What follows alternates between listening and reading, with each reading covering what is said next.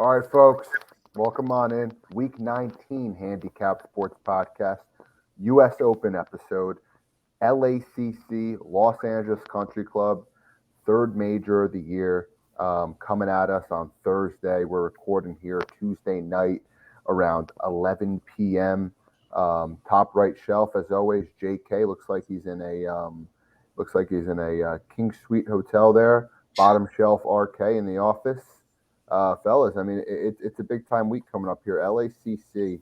Um, I know.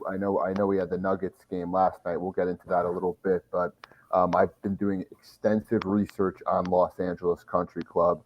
Don't know how much you guys have done. Want to check in early thoughts on the tournament, thoughts on the course, thoughts on the layout, anything like that. Hand the mic over to any of you guys if you want to take it. I'll start. It's I've pretty simple breakdown. All I see is par threes are incredibly long. We've talked about that on previous shows.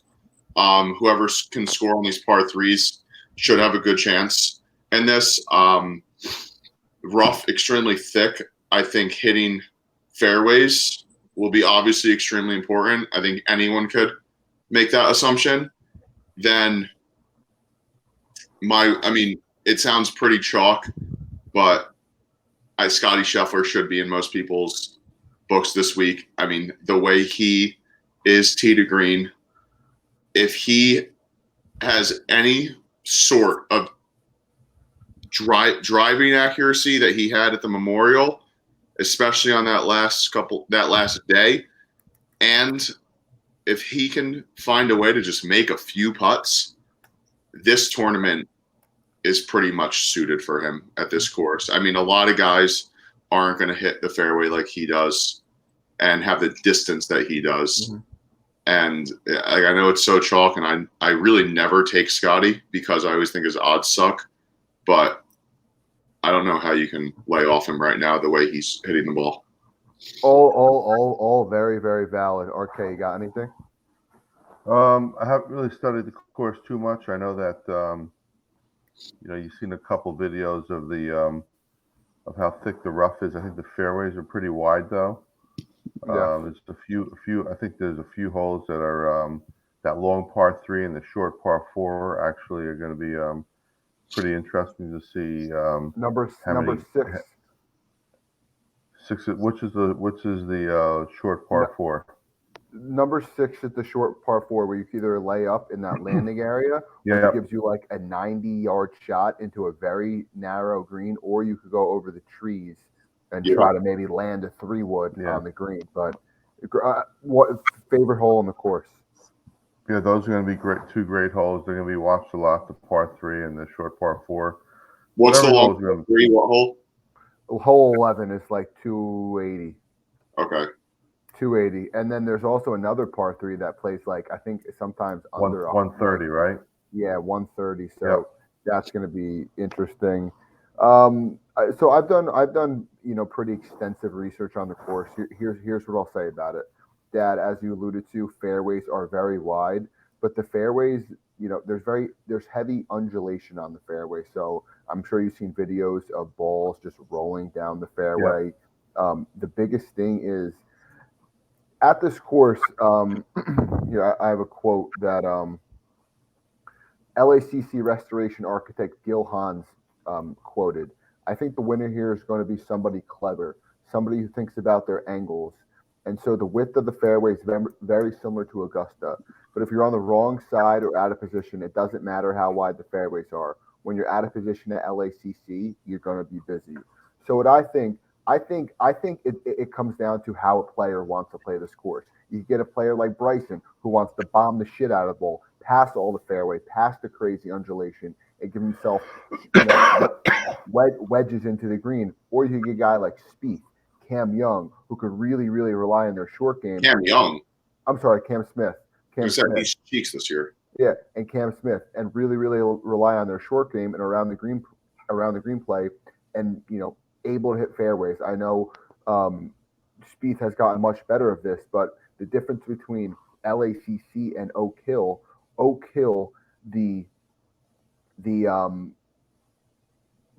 missing the fairway 30 yards and 2 yards, that doesn't matter. At LACC, if you miss it 30 yards, you're looking at double. If you miss it 2 yards, it's fine. So you want guys who just keep the ball in play and know how to play the right angles. So that's why I'm saying anybody could win here, and anybody can have their creative game to work their way around here. So that's Jacob, I had a follow-up question for that. Is that definitely true on this course? Because something you do see at U.S. Open courses, and you definitely saw it last year in Fitzpatrick's favor of winning that U.S. Open. I'm not saying this is why he won. He absolutely clutched it. But typically on some of these U.S. Open courses with the rough, the worst rough is the rough that's as close to the first cut as possible because fans aren't walking all over them.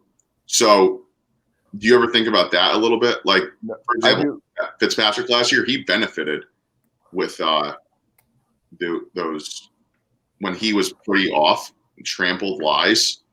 Yeah, no, I agree with what you're saying. The thing is, I really don't think the rough is that bad here. I think the rough is worse around the greens. I think the rough is worse around the greens. Yeah, I did see that. And the rough is really, really bad around the bunkers. Like if you have a shot that's like heading towards a bunker, you want that ball in the sand rather than inside of that fescue, inside of that thick grass around the sand. Because more times than not, you're not even going to be able to find that ball. Right. But yeah, like I said, it's going to come down to the creativeness of how you want to play the course. Anybody could win, and anybody could suit their game to score on this course. And another thing I will say is that it's different from Oak Hill in the sense that Oak Hill was a lot of pars and bogeys, right? You get a guy like Brooks, hit it to the left side of the fairway, hit it to the left side or right side of the green, maybe make a 15 or 20 footer for birdie, but tap in for par. Here, there's no water at LACC. So what that means is there's uncapped strokes. When you have water, it's a one shot penalty. You're probably going to make bogey. Here, if you landed the Barranca, if you're out of play, you're looking at double. But there's also a lot more scoring holes here. So you're going to see a lot of birdies and you're going to see a lot of doubles. That's the main difference between this and Oak Hill. You're on mute. On mute. Is there OB? There is OB. There is OB. But a main feature of this course is the Barranca, which is kind of like dried up canal or whatever it is. It's throughout the whole course, and you don't want to. I think we lost JK. Yep, that's okay. Who in the private chat? John said he'll be right back. But yeah, that's the main difference between this and LACC.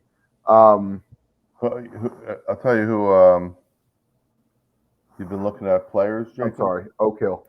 I have been looking at players who, I mean, yeah. Now that we kind of went through the course, we could go top to bottom, through the big board. I mean, we'll give the big three right now: Scheffler, Rahm, Koepka. Do you see any of them winning? No. You don't see any of them winning. I think I'm going to give you my two picks. I'm not usually a pre-tournament picker. I like to wait till the cut. I'm going to go with Cantlay and Hatton. I like it. I like Cantlay a lot, actually. Coming in a little under-owned. A lot of people are kind of off him because, of how he's been playing in majors and, how much hype he has. But he knows this course well. He played in that Pac-12 championship, I think, in 2012 with Max Homa. He shot a 62 in that. Drives the ball extremely well. One of the best bent grass putters in the world. I like that Cantlay play. And Hatton, what do you like Hatton just because he's in good form, driving the ball well? He's in good form. He's a competitive guy. It's a hard course.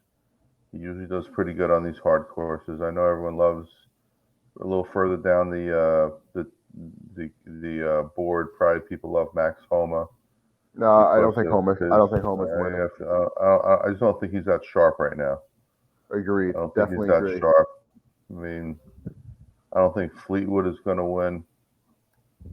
Cam Young is not that sharp. I don't think Bryson's going to win. You know, Let me ask you this. I mean, everyone loves these big three. I always shy away from these guys. I totally agree with you. And the thing with Scheffler is everyone knows the ball striking has been absolutely incredible.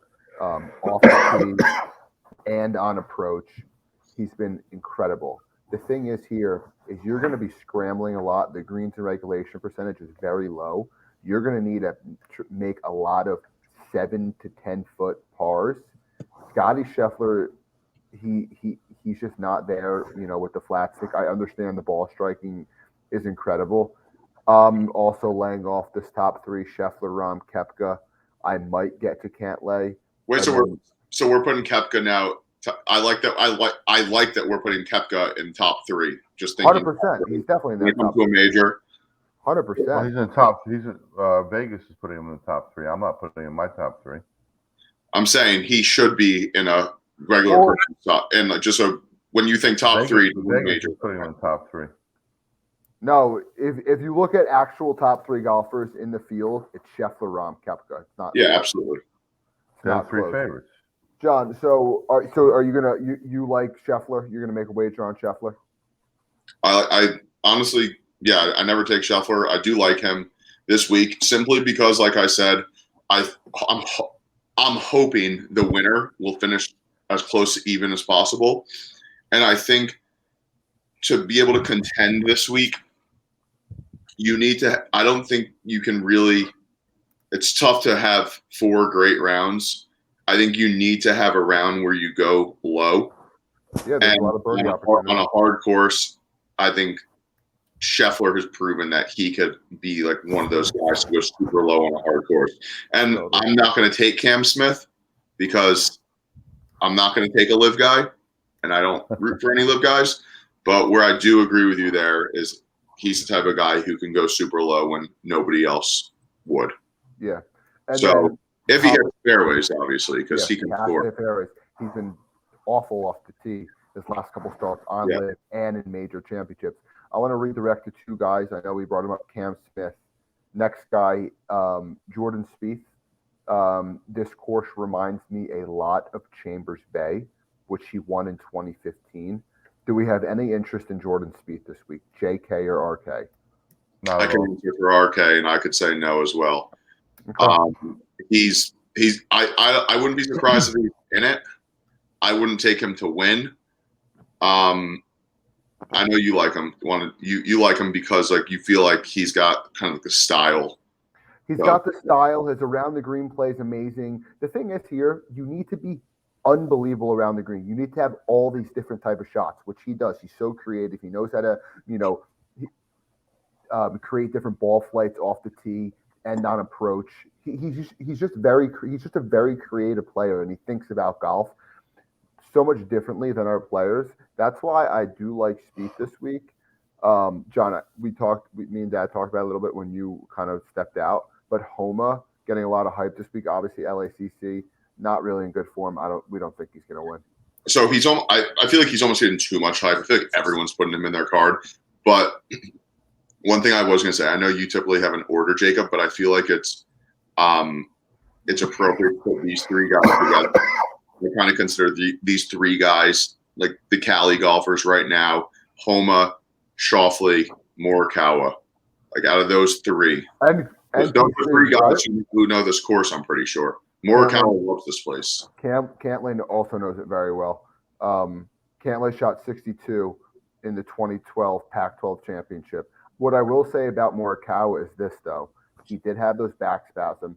He had to WD from the Memorial when he was in contention. He had a pairing with Keegan Bradley. He withdrew, and I saw reports that what he was doing was he's cautiously teeing the ball up. I never want to hear someone cautiously teeing their ball up, something so mindless you shouldn't have to think about. That has me worried heavily. So I'm staying as far away from Colin Morikawa as possible. He can't putt either. Can't putt. His around the green play is kind of whack. I'm looking at this board here. How about X? You know I'm a big X guy. I think he could win. Him and Cantlay are 2 guys that just need a major. more than they need to breathe right now.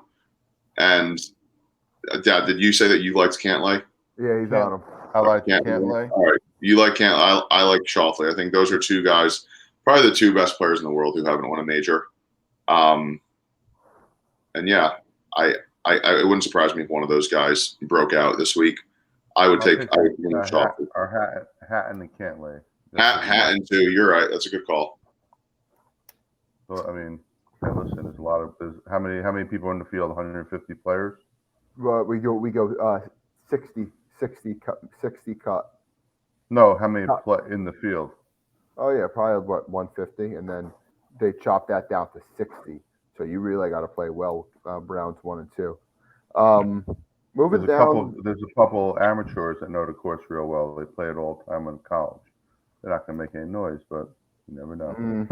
Sam Bennett's playing it. That guy who made a nice little run. I know. I don't think so either. I'm gonna give you a couple names. I want you to tell me who you think will be more successful this week. Tony Finau, Justin Thomas, Hideki Matsuyama. JT. What that? JT. He's 50-1. Of those three, that's who I like. Hideki's 45-1. Yeah. I'll jump off a bridge for JT. So I think you know my answer. Do you think he could win, John? I always think he could win, but one thing I will say about him, I've been pretty much a diehard JT fan ever since 2016, I want to say. I met him in 2017 at a bar in Chicago. I've been all about him ever since then. I've always thought he was one of the best players in the world. At this current moment, he has never been in worse form. Oh. His confidence is just so low. But one thing I will say, and it happened last year, people were jumping to a very similar conclusion last year when, since his Players' victory in 2021, he didn't do anything for pretty much a whole calendar year. He went out and took that. I mean, what's his name? Mito pretty much gave it to him, but he won that in the playoff. He took that PGA Championship when he wasn't in great form. Mm-hmm. So I think he's a talented golfer, and he can contend. He just needs to be able to finish around. He plays well the first 15, 16 holes in these majors, but then the dude just collapses. I don't understand it, but hopefully he can make a little noise. I hope he's there on Sunday. Denny McCarthy, 130-1. You like that? Yeah. He's a great putter, right? He's an unbelievable putter. He's coming in hot. He almost won the Memorial. Hard course, hard setup. Is he a Cali guy? I don't even know if he's a Cali guy. McCarthy? Who knows if he's a Cali guy, but JK, a name that you brought up in that JT discussion, Mito, I think he's going to have a very big week this week. Mito? If we look at the last two majors, the Masters and PGA Championship, his ball striking has been incredible. At the Masters, he gained 3 off the tee and almost 5 on approach. PGA Championship, 4 off the tee and almost 5 on approach. If he just picks up his around the green game a little bit, putts the ball well, I think he can win this event as well. Getting back into the live guys, I'm going to give you 3 names. I want you to tell me who has the most success. Bryson, Fat Boy Reed, Neiman.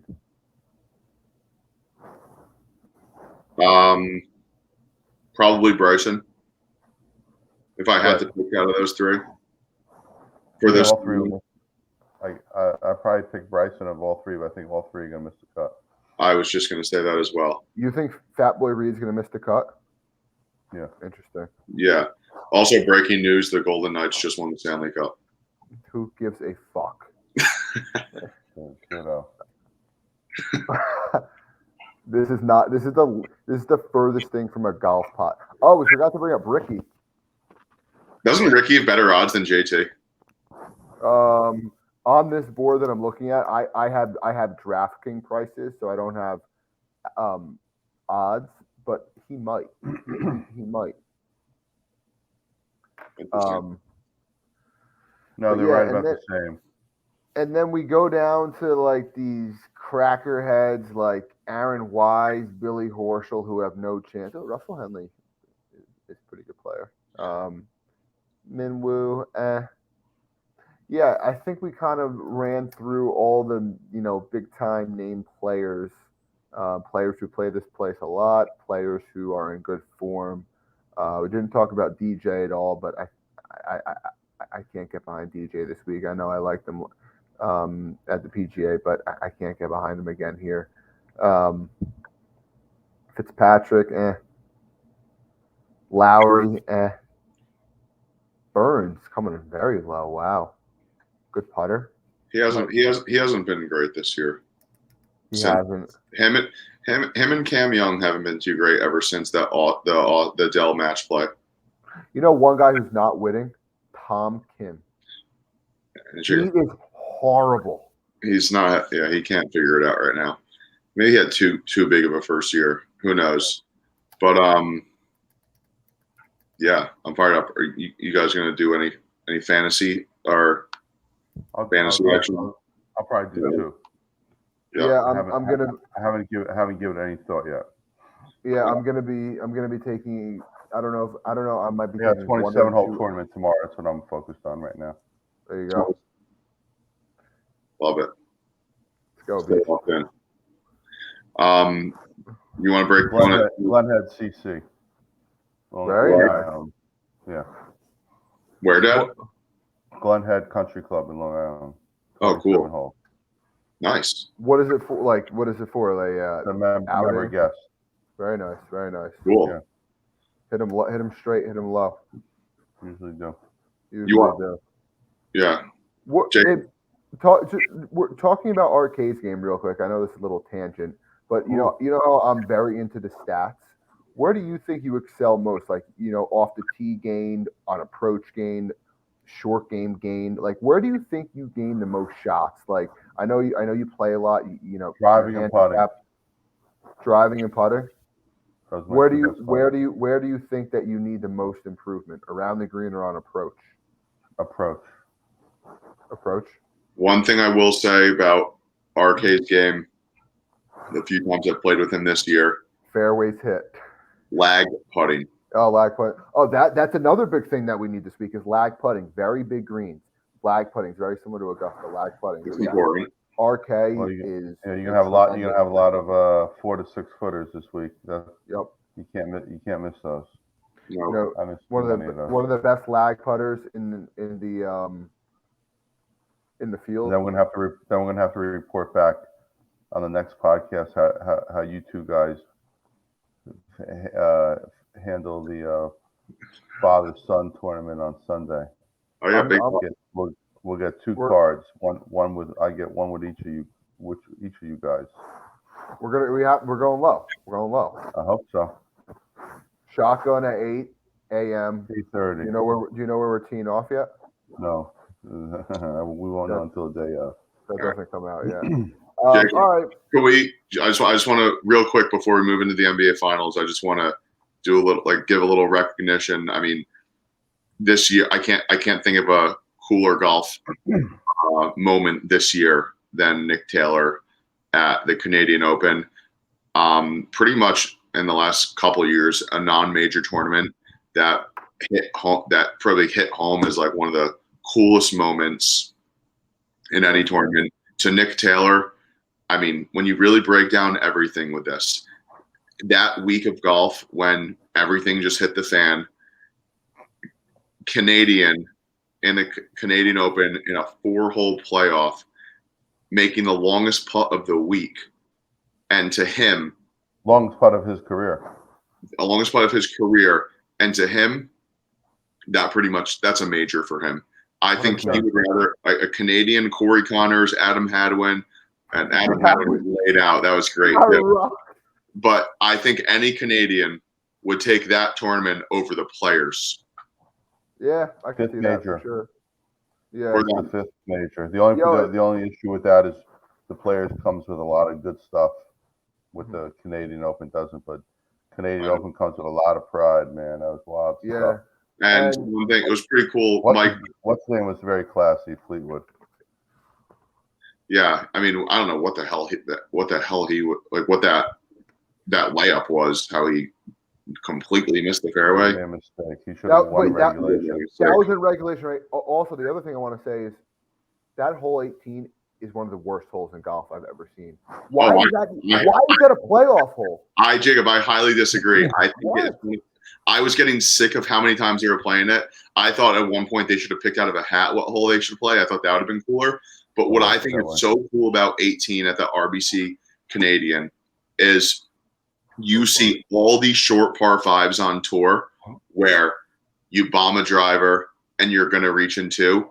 This one, you're forced to lay up on a par five and you're going to have the ability to go for it in two.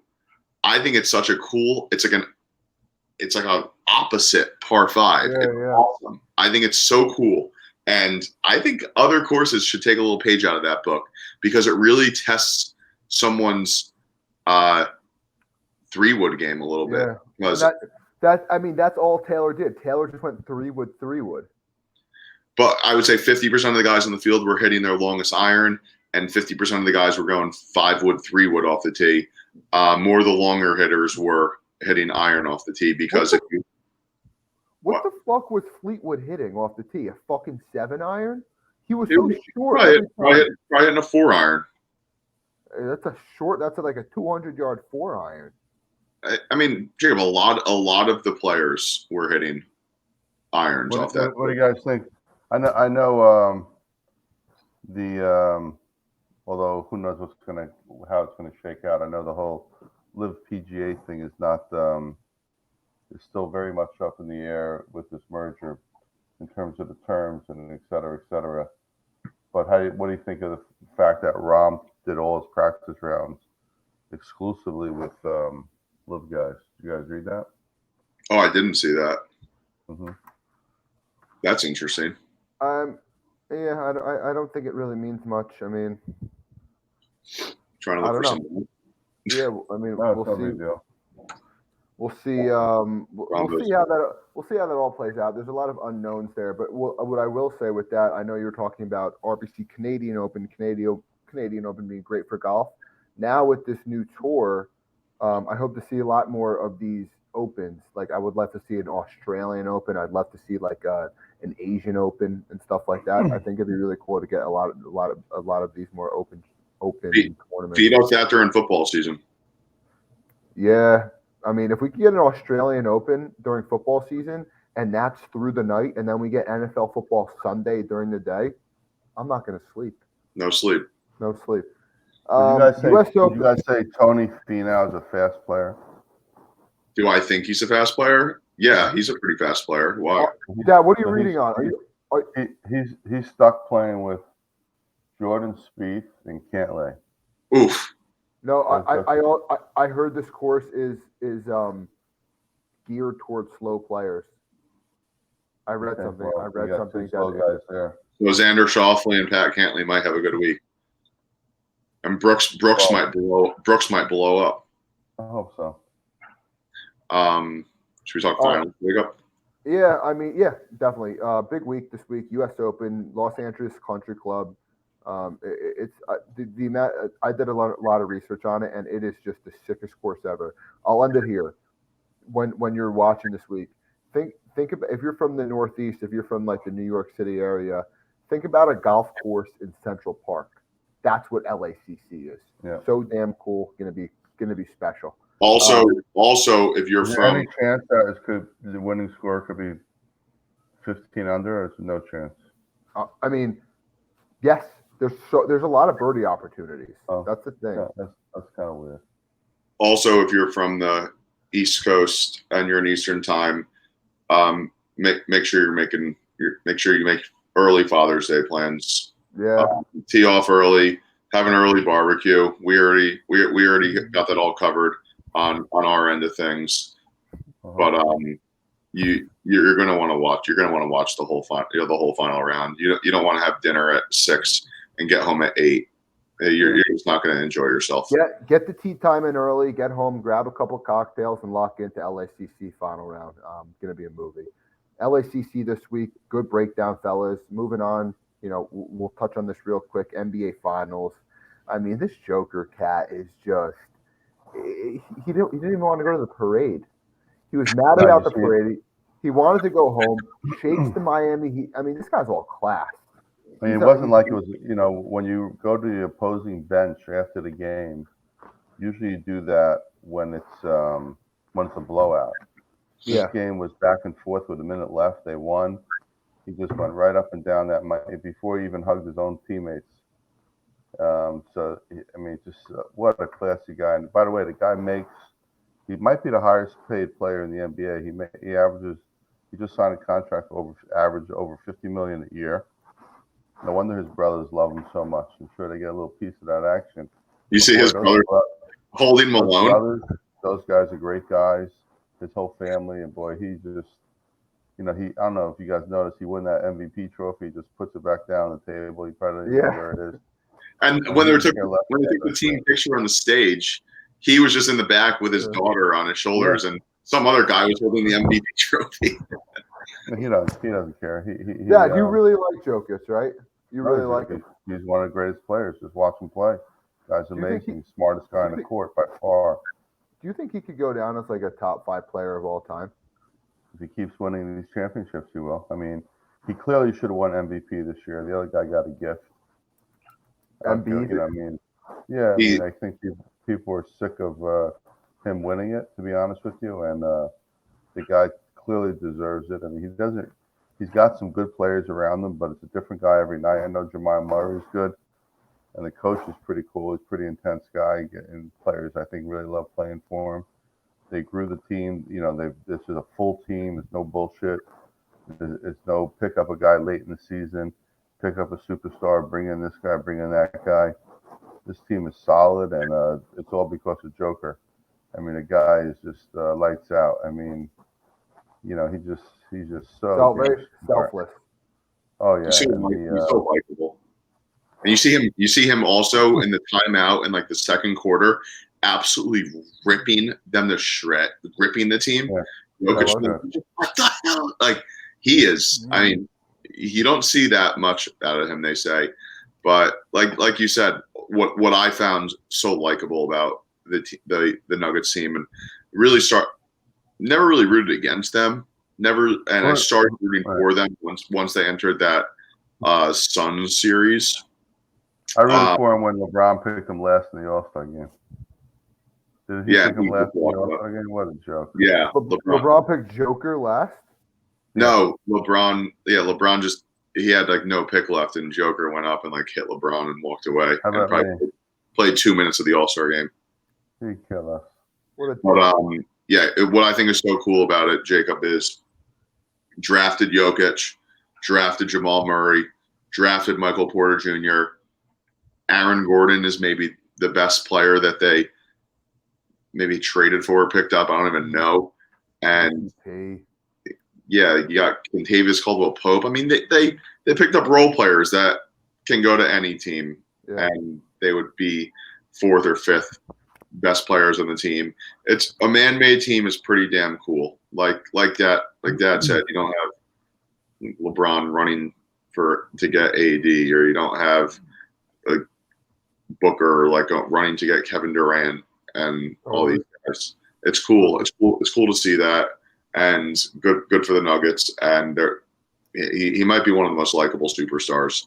And for anyone saying it's like this, it's weird that he's not more excited. Trust me, he's really excited about that championship. He just maybe doesn't show it like a lot of players. Yeah, What'd you say?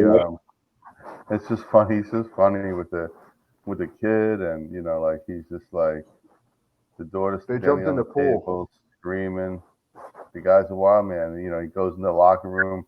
Everyone's popping champagne. He's drinking a tall boy.